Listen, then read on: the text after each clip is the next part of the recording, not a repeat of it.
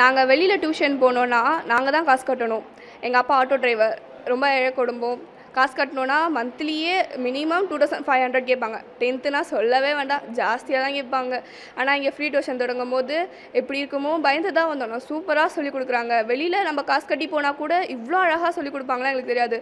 எங்கள் ஸ்டூடெண்ட்ஸ்க்கு ஏற்ற மாதிரி அவங்க மெத்தட் அவங்க மாற்றிக்கிறாங்க.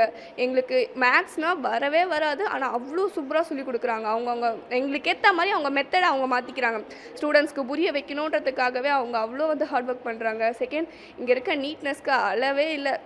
நான் அவ்வளோ நீட்டாக வச்சுக்கிறாங்க கிளாஸ் ரூம்ஸை. நாங்கள் எதிர்பார்க்கவே இல்லை. வெளில காசு கட்டி போனால் கூட இவ்வளோ நீட்டாக இல்லை எங்களுக்கு. வெளியில் மினிமம் 10th நாங்கள் கேட்டோம். வெளியில் ஃபஸ்ட்டு 10th டியூஷன் எவ்வளோன்னு கேட்டோம். அதுக்கு மினிமம் 4500 சொன்னாங்க. ஆனால் இங்கே ஃப்ரீ டியூஷன் தொடங்கி எங்களோட நல்ல மார்க்ஸ் ஸ்கோர் பண்ணுன்றதுக்காக முதல்வர் எங்களுக்காக தொடங்கி வச்ச இது நாங்கள் ரொம்ப தேங்க் பண்ணோம் முதல்வருக்கு. எங்கள் அப்பா ஆட்டோ ஓட்டுறாரு, அம்மா ஹவுஸ் ஒய்ஃபு.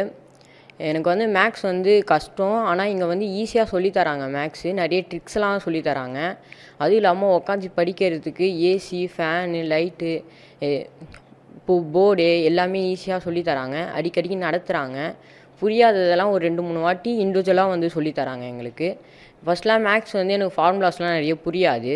ஆனால் இப்போ அவர் தனித்தனியாக ஒருத்தராக கவனிக்கிறாங்க, தனித்தனியாக சொல்லித்தராங்க. அதனால் எனக்கு ரொம்ப யூஸ்ஃபுல்லாக இருக்குது. இந்த வாட்டி பப்ளிக் எக்ஸாமில் நான் நல்ல மார்க் எடுப்பேன்.